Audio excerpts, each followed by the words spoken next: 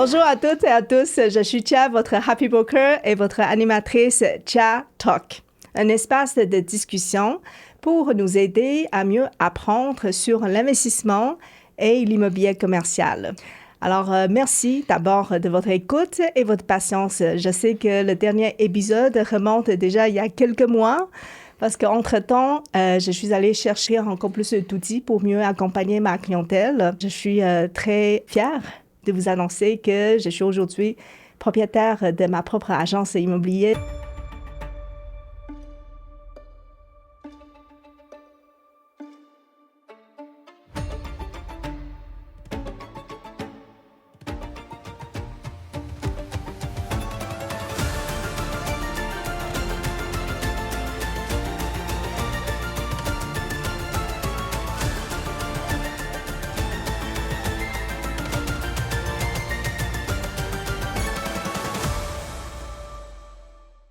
Nous avons aujourd'hui quelqu'un qui est totalement passionné, rempli de drive, Anthony Vallée. Merci, Chia, de l'invitation. C'est super apprécié. Ça fait déjà quelques mois qu'on travaille ensemble, qu'on a une belle collaboration. Tout à fait. Fait que ça me fait plaisir d'avoir la chance de siéger sur la même chaise que tous tes 19 autres invités qui ont passé ici avant. Là. Merci. Yeah. Ben, tout d'abord, je voudrais savoir... Parmi les différents chapeaux que tu portes, tu as commencé en investissement immobilier. Qui est cette personne qui t'a initié ou qui t'a inspiré à aller en immobilier?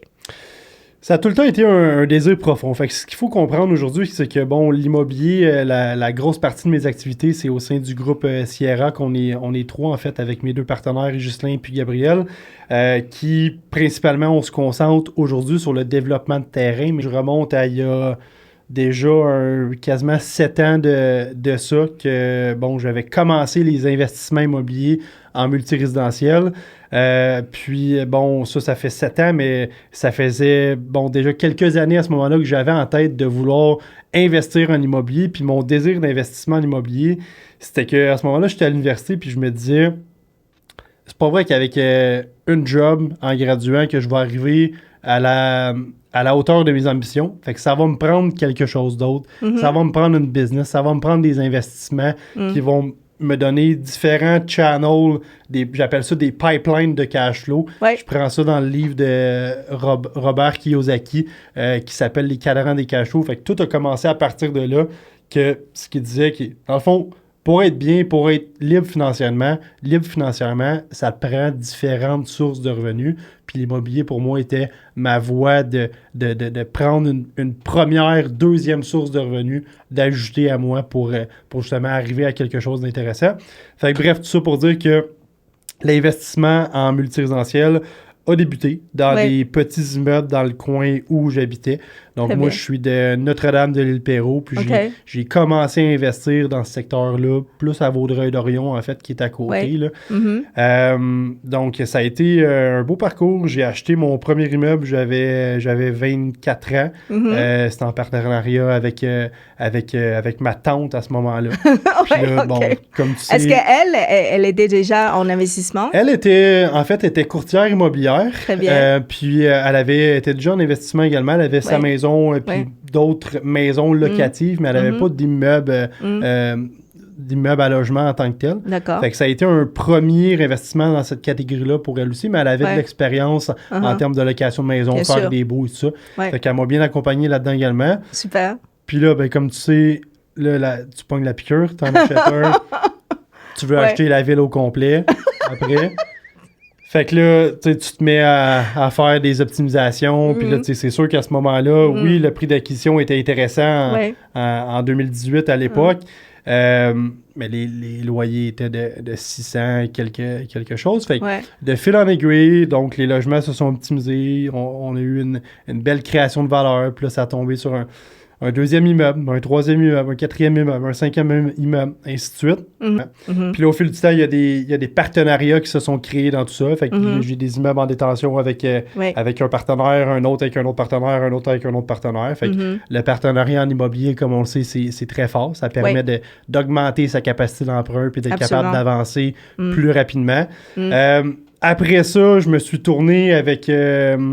en fait, sur l'investissement dans des chalets locatifs. Je voulais quelque chose de plus excitant, de différent, de plus de cash flow également avec tout ça. Bon, l'avantage du chalet locatif, c'est que oui, tu t'investis dans ça pour justement peut-être rehausser ton niveau de vie directement en ayant une propriété que toi aussi tu peux profiter. Puis en plus de ça, en ayant sûrement plus de cash flow qu'avec un simple immeuble, un 2, 3, 4 portes que tu achèterais dans le Grand Montréal. C'est que, bref, je me suis orienté vers justement l'investissement en chalet locatif avec mon partenaire aujourd'hui, Justin.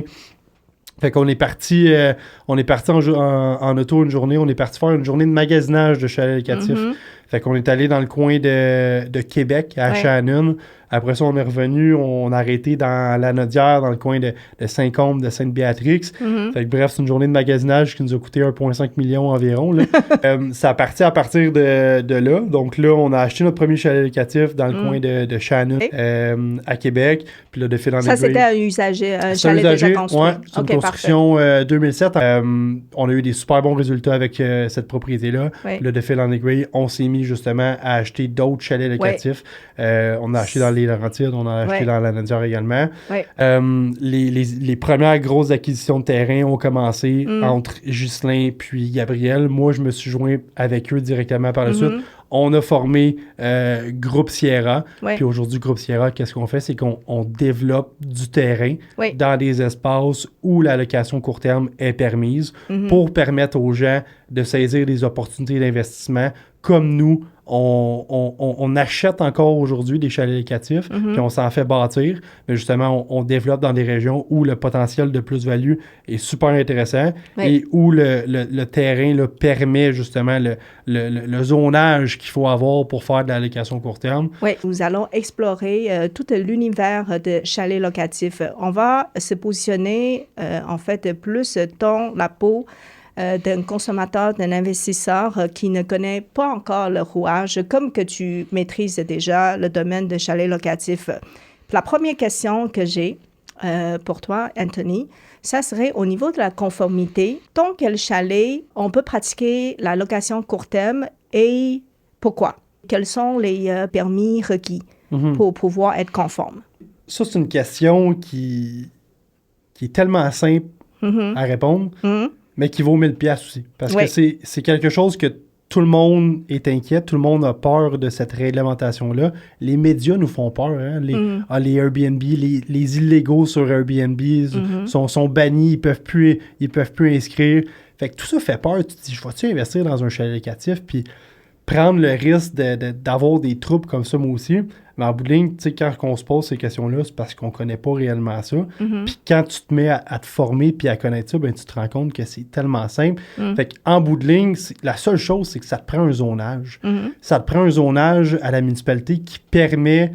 Bon, souvent, ça va s'appeler récréo-touristique. Okay? Exactement. Puis si t'es pas sûr de c'est quoi, tu vas sur le site web de la ville, puis tu vois que tu es dans un zonage de développement, de récréo-touristique, de villégiature, puis c'est ambigu un peu, ben fais juste, décroche le téléphone, appelle l'urbaniste à la ville, donne-y ton adresse, donne-y ton numéro de cadastre, puis est-ce que à cette place-là, j'ai le droit de faire de la location court terme?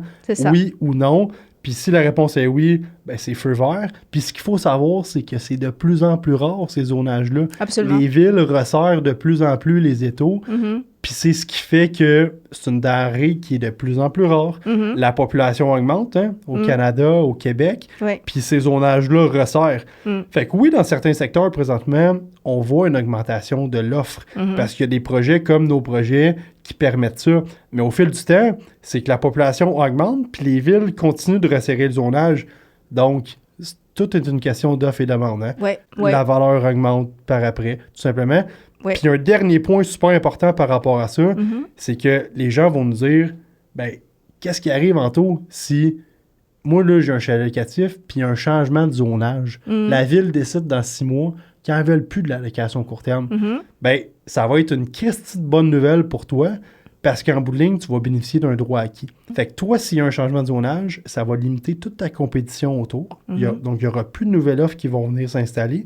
Puis toi, tu vas bénéficier d'un droit acquis qui va être transférable à un nouvel acheteur également, en autant que à tous les ans, tu renouvelles ta licence au municipal, puis au provincial, le fameux CITQ qu'on appelle. Exactement. That's it. C'est aussi simple que ça. Question, donc si une fois que l'investisseur il valide que c'est un chalet qui me permet justement de bénéficier des revenus à court terme est beaucoup plus intéressant que la location long terme.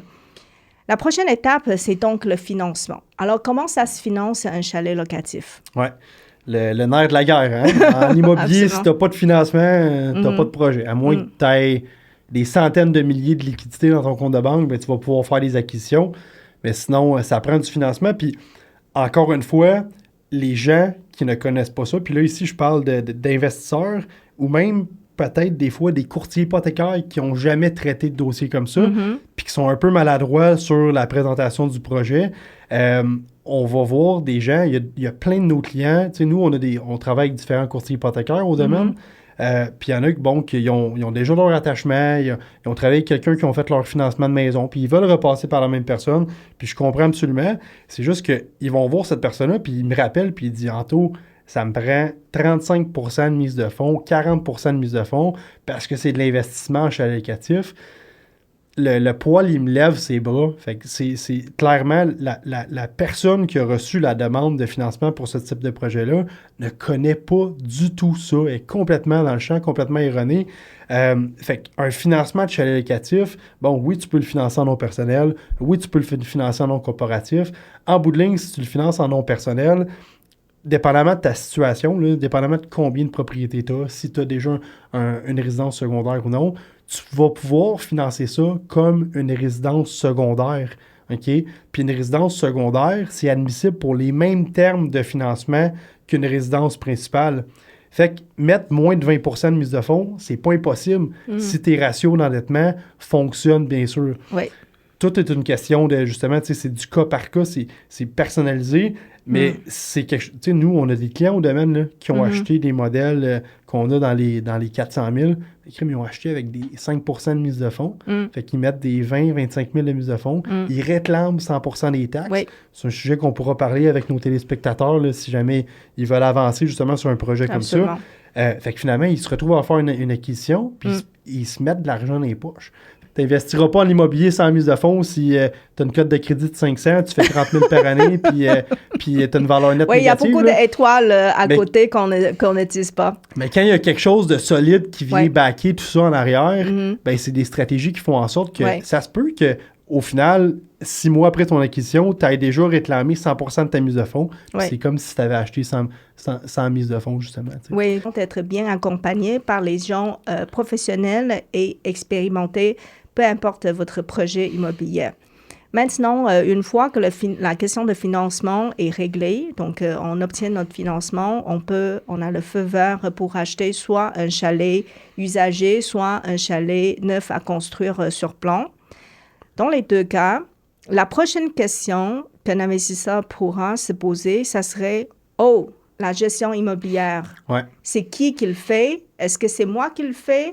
Est-ce que moi, je dois aller comme à tout bout de champ dans mon chalet qui est probablement pas proche de où est-ce que je demeure pour faire les ménages? Quelle est la réponse là-dessus?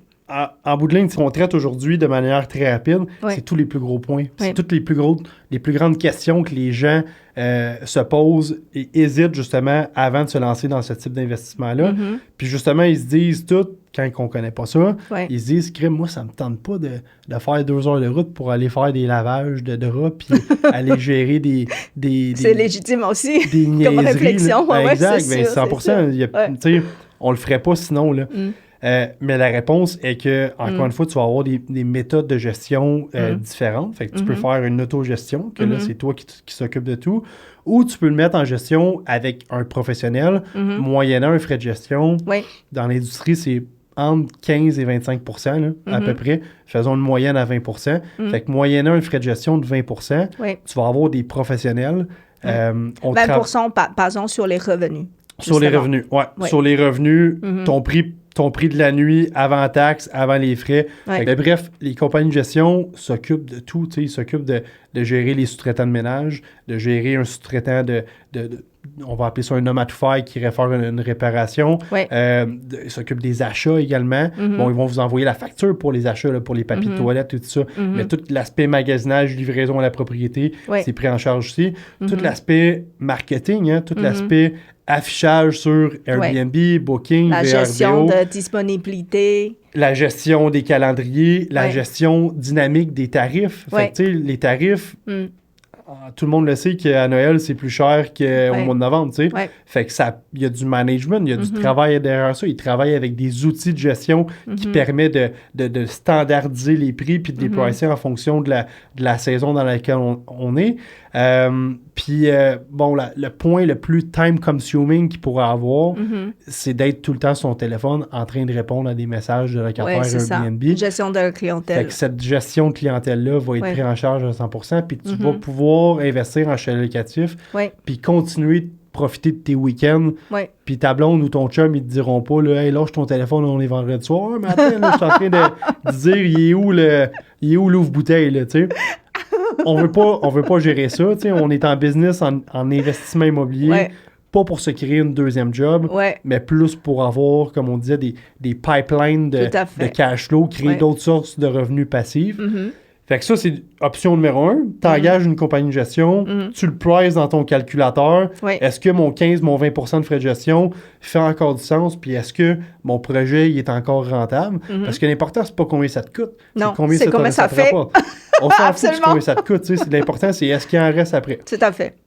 Ou sinon, tu peux te faire une autogestion, que là, tu vas être responsable de gérer tes sous-traitants de ménage, de faire ton affichage sur tes différentes plateformes, de faire ta tarification dynamique, puis tout ce à quoi tu peux penser, c'est toi qui le gères.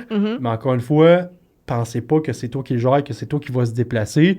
Il existe des outils de gestion, on appelle ça des PMS, Property Management System. On pense à Guesty, on pense à Snowboo, on pense à Hostaway. Fait que c'est des outils qui vont rapatrier, en fait, tes opérations, que ce soit ta comptabilité, que ce soit ton affichage, que ce soit ton marketing, que ce soit ta communication avec tes sous-traitants.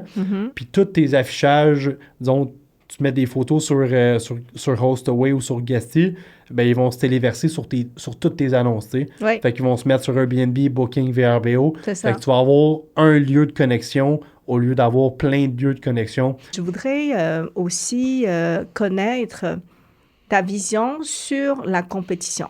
Donc, ça pousse et ça remplit finalement un beau domaine de chalet locatif. Est-ce que ça favorise le développement économique de cette municipalité? Est-ce que ça crée la compétition entre les différents chalets? Je voudrais connaître ton opinion. Première des choses, c'est sûr que, disons, un développement de chalet locatif de 150 terrains, de 150 unités, il faut s'assurer que ce développement-là soit dans la bonne municipalité. Et quand je veux dire dans la bonne municipalité, il faut qu'il y ait des attraits autour pour justifier cette augmentation de la demande-là. Si on mettait un nouveau projet de 150 unités disponibles, écoute, je sais pas, vraiment au nord, vraiment loin ou dans des régions qui n'ont pas de lac, qui n'ont pas de station de ski, qui n'ont pas d'activité, qui ont juste de la forêt, là, ça serait peut-être trop. Même si tu te démarques vraiment bien, puis tu as un spa, tu as un sauna, il y a quelques chalets qui vont bien performer, mais là, oui, ça pourrait être trop. Fait que la première des choses, c'est que assure-toi que la région encourage justement toute cette effervescence-là, puis ce développement touristique-là, qu'il y a des choses à faire.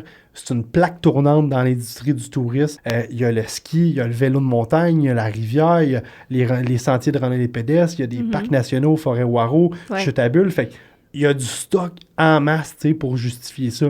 Absolument. Fait que ça, c'est la première des choses. Assure-toi que ta région est capable de livrer marchandises. Parce que toi, tu vas livrer marchandises avec ton produit, mais est-ce que ta région va donner la pleine valeur à ton projet? Tout à fait. C'est pour ça qu'on parle de l'investissement immobilier. On revient au règlement de passe. Location. Absolument. That's it. C'est ça. Après, quand tu es dans ton projet, ben là, oui, tu sais, ça se peut que tu aies de la compétition autour. Puis qu'est-ce qui va faire en sorte que toi, tu vas te démarquer? Bon, il va y avoir, bien sûr, l'ameublement, ta décoration, l'ajout d'un spa, l'ajout d'un sauna, des jeux de société, stager ça d'une manière différente de ce que les gens ont à la maison pour offrir une expérience qui est différente.